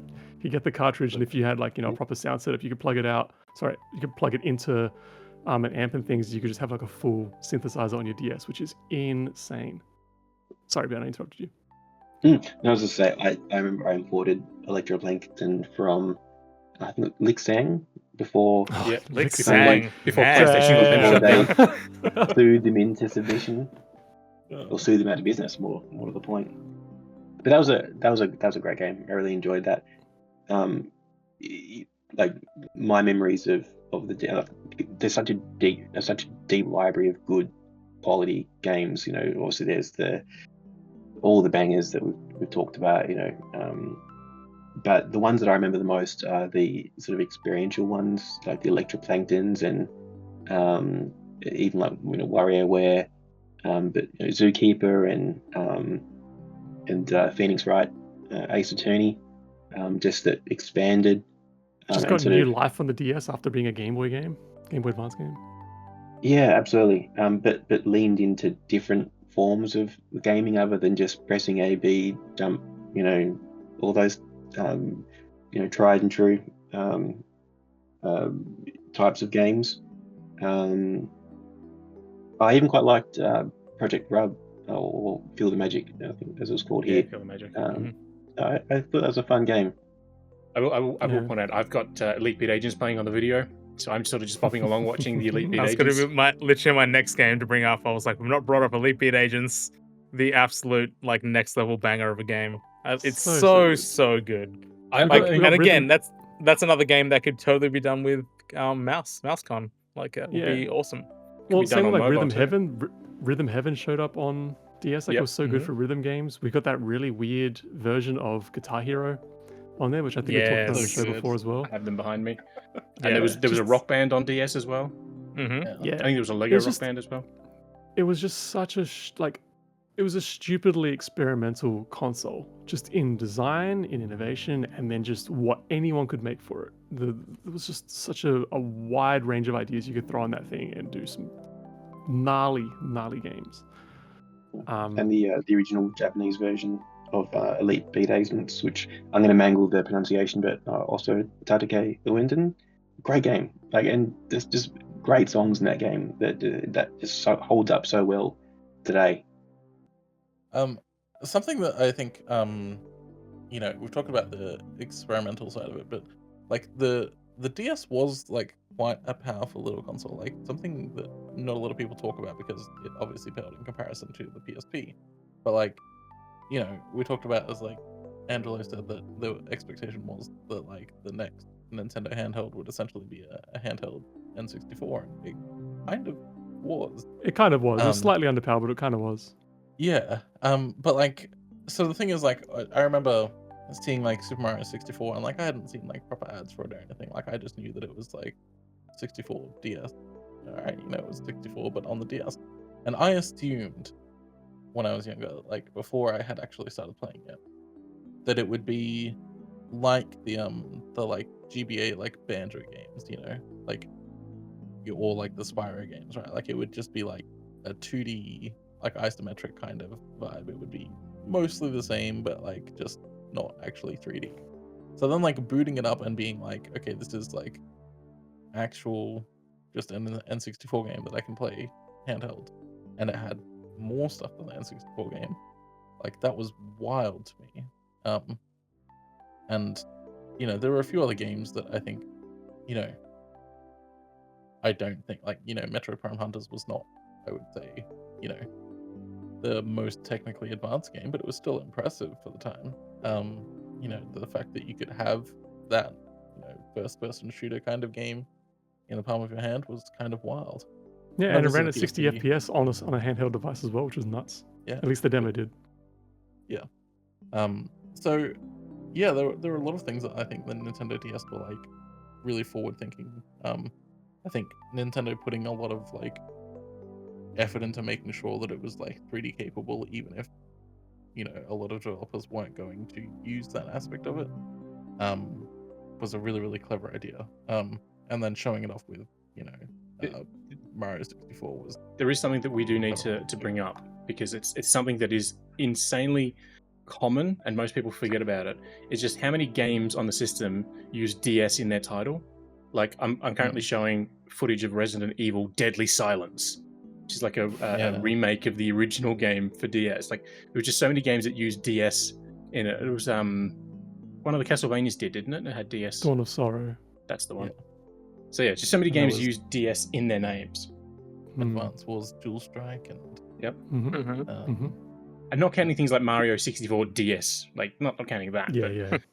yeah, just so many games did that, and it was like it's such a weird thing because like, why would you do that? But that was a Nintendo thing to do at the time. So I liked that it like kind of carried over to the 3DS somewhat too, with a couple of titles. Like we had what was it, the Kirby Triple Deluxe, which was like the 3D. But then there was also like Kingdom Hearts Dream Drop Distance, which was also 3D. Like they're kind of silly naming. Like you would never get like Squid into a game now, but it should happen more. I think that like sneaking DS into a title was like very silly, but it happened a lot.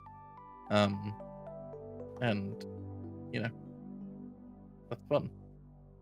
It was like a very fun era for Nintendo. Just on because the oh god.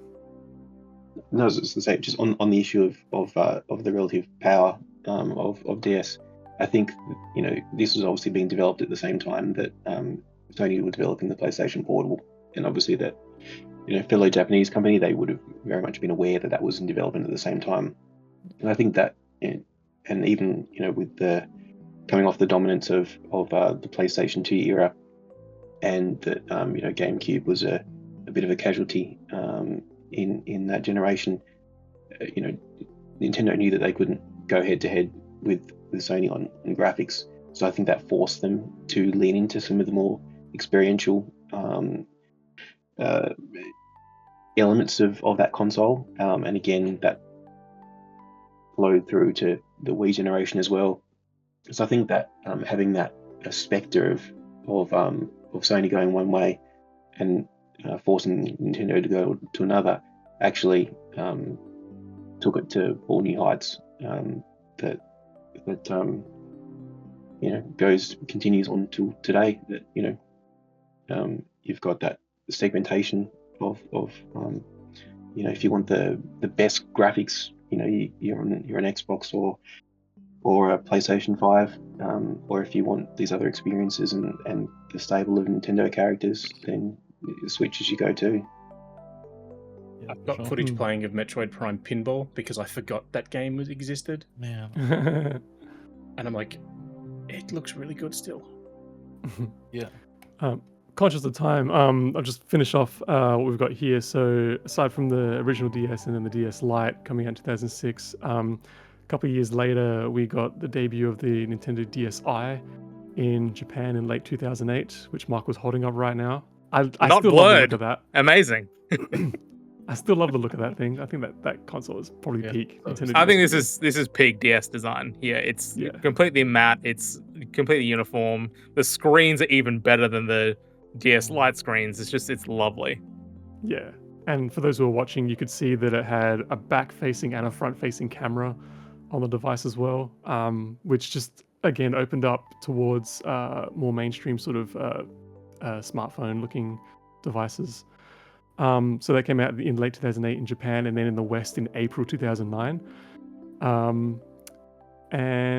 But also with the DSi, it opened up a digital online platform, which was the DSi shop, so people could download games. It also had an SD card slot, and something that I thought was kind of funny was that it had WPA wireless encryption compatibility, because before that it was only WEP, which was super easy to break into. So like with my home router, for example, I could only have WEP, so I could connect my DS And up. if I'm remembering correctly, it came with an SD card. I did it. Yeah, you didn't have to buy one. It just came with one pre-installed, which Yeah, is just right. awesome. Yeah, so you could just Or start 64 downloading megabytes DSi of it. Word games. No, I think it was 2 gigabytes. Yeah, and then finally the year after that, so we had the DSi XL, which came out. I think it was late 2009, and then in the West, that was in Japan, and then in the West we got the DSi XL in 2010, which was, Which is what I have. and that's what Luke's got in his hand, which is larger and had a bigger battery.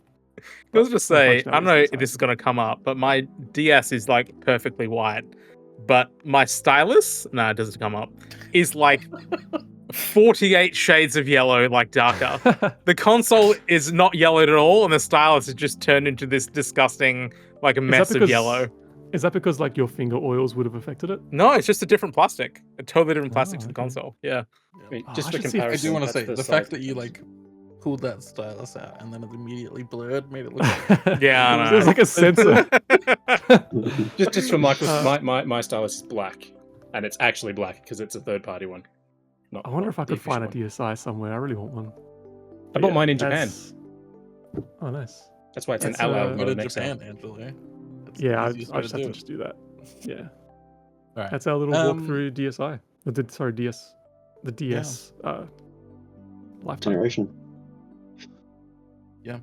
And I think like it was huge for Nintendo and huge for anybody who had one. Like I think a lot of people of our age will have a lot of very fond memories of the DS. Can I just leave with one final observation as well? When New Super Mario Brothers came out in, I think it was towards the end of 2006, this was really the start of Nintendo really leaning into exploiting Mario as their mascot.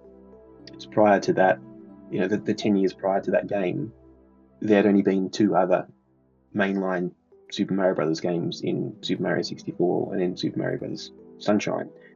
But from New Super Mario Brothers onwards, almost on an annual basis, there's a few where there's might be a year or two, but if you look through the games that have followed on, almost on an annual basis, you've had a mainline Super Mario Brothers game, which I think's it's pretty interesting. Yeah, because he was definitely the mascot prior, but like it wasn't really like you didn't see him all the time, right? It wasn't ubiquitous expected. like he is now. Yeah, absolutely. Yeah, but a fantastic console. Lots of good nostalgia for it.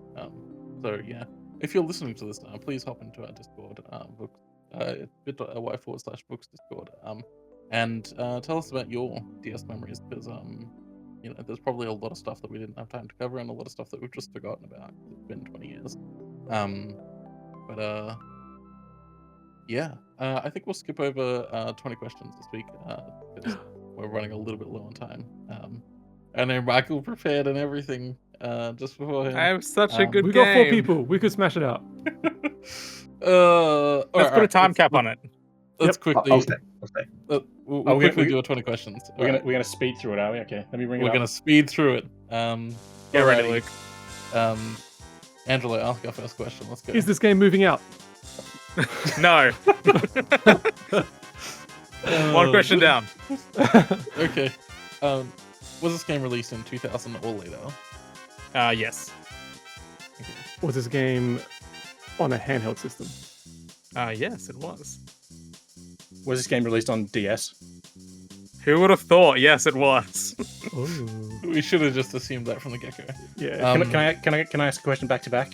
Because I think it's important. Yeah. Go Yeah, for it. go for it. Have we mentioned this game in any of our DS discussion? We have not. And I've Oh, done it that would very actually eliminate some purposefully. other stuff. Ooh. All right, Ben, you're next.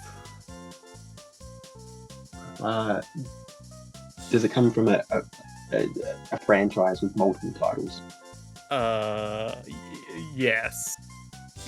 That may not help you though. There is multiple titles, technically. Okay. I think it's back to you, Ollie. Yeah. Does this game, or was this game published by what would we consider to be a major publisher, like Sega, etc., Nintendo? Yeah, definitely. Was it developed in Japan? Yes. Japanese series?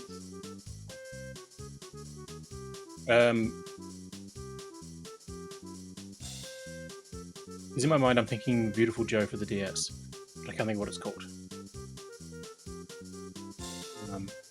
Was this game published by Capcom? This game was not published by Capcom. How many have we got left? 11. I didn't So actually 10 count that questions. first question. That first question, by the okay, way. I'll put it back Sorry, on. I've screwed up your video. We have 12 or 11 questions and a guess. Okay, so Japanese-made game, multiple entries. Not Capcom. Not published by Capcom. No. Could ask something about genre, could ask something about perspective, functionality. Is this game considered an RPG? No. Because there were a lot of RPGs on DS. Is the main perspective of the game in a 2D perspective? No. That's 10. Okay, so it's not going to be something like Sonic Rush, which is just like... Yeah, it's not like a platformer or something. Hold on. Might revise this answer. I'm just like double checking my memory of this game. Just keep asking questions and I'll revise it if I need to. That's right. We don't know if it has multiplayer. We don't know if like touchscreen is its main input. Yeah. That's usually a I good just realized that differentiator. Sonic Rush does have some 3D in the boss fight. Okay. I would say that 2D is not its main thing, but this is a game where like this line is sort of blurry. Okay. I'm thinking like Scribblenauts or like Drawn to Yeah, Life or something But like that. Scribblenauts is definitely played from a 2D Yeah, perspective. but like something along those lines, you know. Do we Yeah, say but if not it was questions and a made in guess. Japan? I would say like this is definitely a game, as just an extra hint, that I would enjoy. Okay. That could be anything. It's Hell Let Loose. Yeah, Um, Luke, you did say it was developed in Japan. Okay. Yes, sorry, it was developed in Japan. Hell Let Loose on DS. I can't imagine how blurry that muddy. You know, the game's muddy enough already. Okay, so made in Japan. Game Michael would enjoy. Not published by Capcom. It's not an RPG, so it rules out Paper Mario. Which I don't think there was a Paper Mario for DS, was there? No, there wasn't. No. Has multiple perspectives, not considered to be 2D though.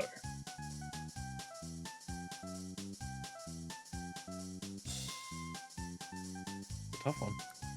Does this game feature any multiplayer? No.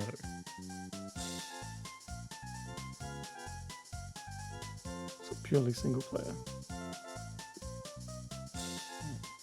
Could be a What- licensed game. Yeah. Was this game well received upon its release? Because that way it sort of rules out if it's one of those like sleepy games that Michael loves but nobody else has ever heard of. I mean, it's definitely a game that I love. People, yeah, okay, yeah, yes, it was generally well received. Yes. Do we know the genre? No. Can we We ask know what the I- genre is? Did I delete that Yeah. question? How many questions do we have left, Luke? Nine, so 8 questions and a guess. Yeah, cool. I did. Yeah, go. Can I ask if I mean, it's we know multiple it's not- genres? an RPG. Bit of a scatter shot. Yeah, Is we know it it's this, not. this or this. Yeah. We know it's not Advance Wars because Michael hates Advance Wars on the DS. I was leaving that Golden open for Sun. Ben in case Ben had some genres in mind, by the way. Alright, is this a puzzler, sports game, or what's another genre? Maybe Fighting. fighting. Alright, is it a sports, puzzler, or fighting game? It has elements of one of those. Puzzle. Let's be real. Most likely puzzle. Fuck, that's difficult. Vote. Yeah. I actually chose this because I thought it was going to be like not a slam dunk, but like a semi-easy one. But Yeah, but we just much we like don't most have of the enough times yet. I've chosen a game, I feel like my game history is so different to everybody else's. Like, like genuinely, I remember like every single time that we don't get one, and then you say, "I thought everybody played this," and it's a Yeah, game yeah, that yeah, yeah. literally nobody has heard of. All right, That so weird dinosaur one. Yeah. My Yeah. god. was this game published by Nintendo? Yes, it was. Okay, that Okay. actually cuts things down a lot. In that case, it could be Mario Kart. No, it's not Mario Kart DS because that's multiplayer. That was in one of the games we mentioned. Who developed the DS version of like what was it, like Diddy Kong Racing? It was done by Rare. Was it done by Rare? Yeah, but that's multiplayer though. True, it is. Does this game feature recognizable Nintendo characters? No. Unless it's some hidden thing somewhere, but I'm not going to count that. Okay. So it rules out things like Kirby's Canvas Curse or Kirby's Perish, whatever the hell it's called. Yoshi Touch and Go. Rules out Star Fox 64 DS. So it could be Hotel Dusk. Yeah, I was thinking something like that. Or even more obscure. Who did was like Moon and Delirium or something like that? Oh, that's So, like- Jules Watson. That's his old studio. Were they published by Nintendo? No, Japan. Oh, they, okay. they, Oh, they that's were right, they're not self-published Japanese. Those are interesting games. We know it's not the Brain Age, but what about the Brain Academy? Was that on DS or did that start on Wii? Big Brain Brand Academy, that's Academy was DS. definitely DS, yeah. But then again, I don't know if that's a game that Michael would absolutely love. I don't know, he's got a big brain on us today by the looks of things. But he thought it was very easy, so It was very easy. I thought it was just going to be like a middle of the road one.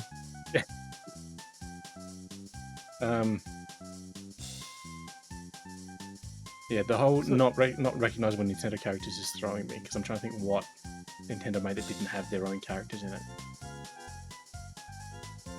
Well, Nintendo published a lot of games on the also DS. fighters. 5 questions and a guess. Though. We could confirm if it's a puzzler. He said it has elements of them, though, of the Yeah. genre. Is this game considered a puzzle game? No. Okay, so it's either elements of racing or fighting. That's not what I said. What did you say? It said It's it not had a puzzle elements- game. I said it's not a puzzle game. Oh, okay, We so can't say if it elements was a of puzzle game. So. That has puzzle could have puzzle elements in it, but it's not its primary genre. Yeah, no, I got that. I was just, yeah, okay. Maybe style savvy. That wasn't DS though, was it? I thought that was 3DS. No, it started on DS. What game was that, sorry? Style Savvy or Nintendo Presents Star Boutique. I don't know that That one. has puzzling elements to it. It's a puzzle why Probably anyone not. would play that game. That's the puzzle. It's pretty good actually. Was there It's a the fashion, Pokemon it's the puzzle? fashion simulator thing. Oh no, Pokemon Puzzle League is a puzzle game. And I would argue anything Pokemon is a recognizable Nintendo character.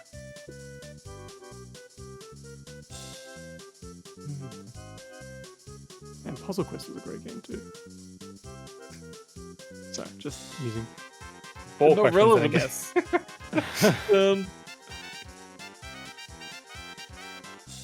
God, this is difficult. If it has elements of puzzling in it, that means it's primarily a different genre. Yeah. Yeah. Was this game played rotating the DS on its side? You mean so like the screens are like vertical? Yeah. Like book mode. Like book mode? Yes, it was. Ooh. Okay. Could it be Ninja Gaiden? No, We we mentioned that. mentioned that. We mentioned that, and it's Damn, I should have kept my mouth shut. Back then. No, that wouldn't have made a difference. Alright, so a vertical Nintendo published DS game has elements of puzzling in it, so it's not one of the Brain Age or Big Brain.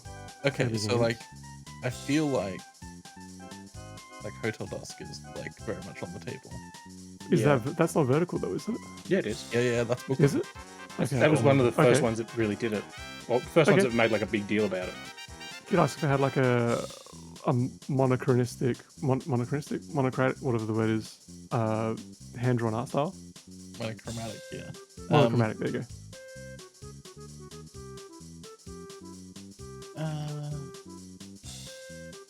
All I'm right, just trying to just think to what like other games there were. knock a couple out because it could be something else. Was this developed by Sting? By Sing? Yeah. Yes, it was. Okay, it's either Hotel Dusk or it's another code. And I already mentioned another code. Well, another code has puzzle elements, right? Yeah, Yeah. but Ollie mentioned that So does because he bought the. I already brought up the collection for that, so Right. To be fair though, I said, Um, did we mention it in our DS thing, and you brought it up during the voucher conversation. well, yeah, but So- I think that counts. I feel like Hotel Dusk could do it.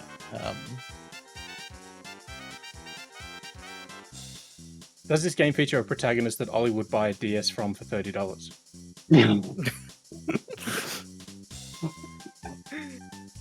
Does this game have a hand-drawn art style? Yes, it does. It's totally had that. Follow-up question: did the protagonist? One question and a guess. I'm just putting it out there. Okay, we've already figured out what it is. This is a joke thing. Did the protagonist at any point throughout the story get themselves a paperclip, as in the famous meme for Hotel Dusk? Yes, they did. Okay. I'm sorry. It's the face that he makes when he gets himself a paperclip. It's Hotel Dusk, right? It's Hotel Dusk. It's Hotel Dusk, 100%. Just for time. It's Hotel Dusk. Yeah, it's Hotel Dusk. Well, So is it- there were two Is games. that an official guess? There were Yes, two is that games on Hotel the Dusk? series. There were two games in the series Oh, on the really? platform. Yeah, but he only gets a paperclip in the first game, so it doesn't matter. It's All right. Hotel Dusk, room 2, whatever. So your final guess is Hotel Dusk Room 215. That's Developed by correct, yeah. Sing and published by Nintendo, this game released on February 22nd, 2007 in Australia. You play as Kyle Hyde as you navigate your environment using the Nintendo DS's innovative new touchscreen, having conversations with hotel staff and patrons, solving puzzles, and using the handheld's various features, including the touchscreen and the microphone. This game is Hotel Dusk, Room 215. Oh my god, I'm so glad you guys got that. I just want to make You're sure, right, like, it is a really obvious thing that most people play. Like, Yeah. So- yeah, should have got that. Luke mentioned it at like question 10, and then you guys never rotated back to it. You just like glossed over it, Luke. Yeah. And I was like, okay, I'll take it, sure. Hey, my brain does that. My brain will usually like guess it or throw it out there as a random thing, and then I just forget that I've done it. I was hoping so much that nobody would bring this up during the discussion, because I was like, please just don't mention anything about it. Then it's like, So- this is on lock. Do you want to know why I had it ready to talk about it? Same with the Brain Age, and you know why I didn't bring them up? Because I'd already set my assets up to be vertical, and those games are book mode, and I didn't have an asset for vertical gameplay. So that's why I didn't bring it up, because I couldn't show the footage. all right, Okay, it's a game people Uh, actually played. I'll take it. it is. Yeah. Yeah. Nice. Alrighty. That about wraps up this episode of the Vookcast. Be sure to visit the site www.vooks.net for all your Nintendo news, reviews, and everything in between. To keep up to date, follow the site on Blue Sky at Vooks.net or jump on over to our Discord at bit.ly/VooksDiscord. You can find all of the host social information and links to all of the stories covered in this episode in the episode notes on whatever platform you're listening to. Ben, if people want to follow you and get your thoughts and stuff, where can they find you? Can they find you? Are you on social? I mean, if you Google me, you'll find me. I'm not a prolific tweeter or I don't know that it's called Twitter anymore. Or Xer, is that a thing? Yeah, I mean, not I'm really an on ex-exer because nobody uses it. If you have any links that you want us to chuck in the description, we'll chuck it there. Yeah. Thank you so much for joining us, Ben. Always a pleasure to have you on. We'll have you back on at some point in the future as well, no doubt. Fantastic. All right. And thank you everyone for tuning in. See you in the next show.